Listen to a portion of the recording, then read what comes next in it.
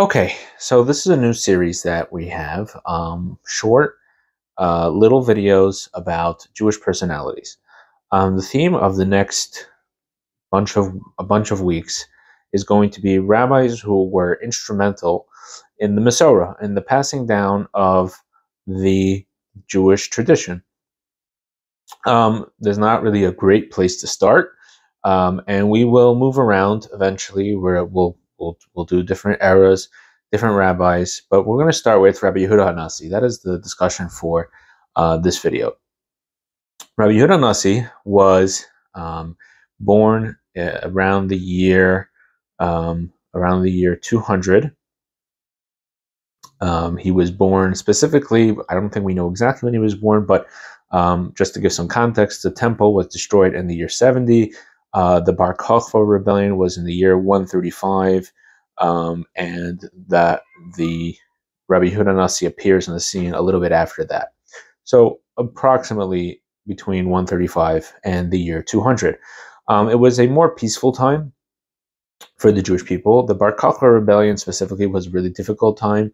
The Romans really took out their anger and revenge on the Jewish people for the Bar Kokhba rebellion.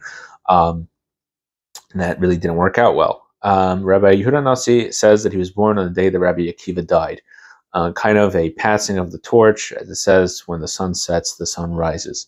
So he was kind of, even though he was not a student of Rabbi Akiva, like we said, he passed away on the day that he was born. He was a student of his students. Rabbi Akiva ended up having 5 tremendous students, and most of the Mishnah, as we'll discuss in a minute, the oral law was passed down through his students. So let's take a step back for a second. When Moses gave the Torah on Mount Sinai, the Torah is not an easy book to use for practical Jewish observance, because, first of all, many laws were not said explicitly in the Torah. For example, the laws of Shabbat, it just says, you shall not work. What is work? So the rabbis extrapolated that there are 39 forbidden things that you're not allowed to do on Shabbat, 39 forbidden categories. And this is all passed down orally. For another example, tefillin. It doesn't say what tefillin are, it just says they're a sign. These were all passed down orally, was given by God to Moses, and was passed down orally. In fact, there is a prohibition of writing down the oral law, just as there is a prohibition of orally delivering the written law. And this was the tradition for a very long time, throughout the first temple period and the second temple period. But Rabbi Yehudah Hanasi saw that this period of tremendous destruction that the Jewish people had went through the destruction of the temple and the massacres associated with that, and then the later persecutions following the Bar Kokhba rebellion, Rabbi Yehudah Hanasi used this sort of peaceful time that he realized that there had to be something had to be done. Now, Rabbi Yehudah Hanasi had a tremendous lineage. He was a descendant of Hillel, the elder, the great Hillel, 5 generations later. His father was Rabbi Shimon ben Gamliel, who was the leader of the Jewish people. The position was called the Nasi, and that's why Rabbi Yehudah Hanasi was called the Nasi, the prince or the president. He was the leader of the Jewish people. They were descendants of King David. They were part of the Davidic dynasty. Obviously, there was no more Davidic kingdom, not for a very long time at that point, hundreds of years, but they were the de facto Jewish leaders, political leaders, in addition to their scholarship. So he inherited this position literally, but he was tremendously worthy. So he decided to gather all the rabbis of his time, and they sat, and first thing he did as a young man was before he gathered the rabbis as a younger man, he actually traveled from yeshiva to yeshiva to listen and to hear from these different students of Rabbi Akiva. So he was exposed to a tremendous amount of scholarship. But as we said, this was all oral. None of it was written down, and there was a prohibition from writing it down. So this is much of the time spent of students in those days was memorization, and it was becoming more and more difficult as the persecutions, as we said, was getting worse. So Rabbi Yehudah Hanasi decided to gather all the rabbis in his home, in his they called it a Beis Vad, a gathering of rabbis, and they decided to go through and see what is the most accurate representation of Jewish law. And they figured it out, and Rabbi Yehudah Hanasi ended up everything he signed off on the compilation of what we know today as the Mishnah. And he took the most accurate statements, and they decided what is the law and what were the dissenting opinions.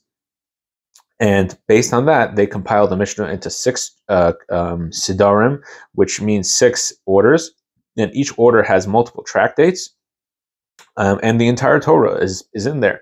However, there were the reasons and the debates that was left out. And again, they took the specific versions and the most concise version as possible, and that way it would be the easiest to pass down and to make sure it was precise. In fact, it was also written in Hebrew, and Rabbi Yehudah Hanasi was known for his tremendous love and his understanding of the importance of the Hebrew language, and to the point he refused to speak Aramaic in his home, that rabbis would later go to the help in his house, his servants and his staff, and ask them the translations of certain words of Hebrew, because they didn't know, but they knew that the Hebrew was spoken in his house.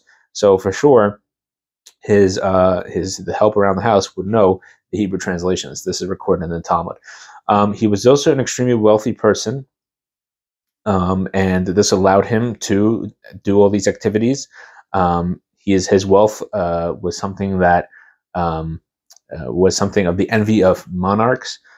He also had a close relationship with the Roman monarch, Antoninus, I believe was his name. They were very good friends, and they had many conversations that is recorded in the Talmud. Just going back to the Mishnah for 1 second, Rabbi Yehudah Hanasi's greatest accomplishment was for sure the Mishnah, but it was a controversial one, but it really saved the Jewish people, and it saved the tradition. And later, the rabbis would expound on the Mishnah in the Talmud, as we'll discuss in another video. Rabbi Yehudah Hanasi, it says that his wealth allowed him not just to be involved in these political and scholarly activities. They also allowed him to support Torah scholars. There's a story that during a time of famine, he opened his storehouses and said anybody who's a scholar is allowed to come and join and partake and take whatever they want from his storehouses. And he was able to support the entire community like that. And eventually, when some rabbis would refuse, they didn't want to use their scholarship to get charity. They felt that it was abuse of the Torah they had studied. He ended up opening it up to the entire community. He was an extremely pious person. Elijah the prophet studied with him as a reward for his piety. He is also called Rabbeinu HaKadosh, our holy rabbi. This is in reference to all his good deeds and his piety.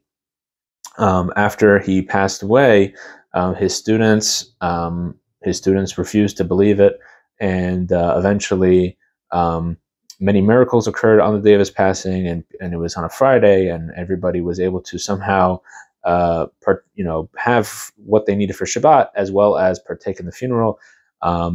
And he told his family before he passed away, they should always have his desk and his bed made, and he ended up actually, the Talmud records that he would return after his passing to his family to recite the Kiddush on Friday night.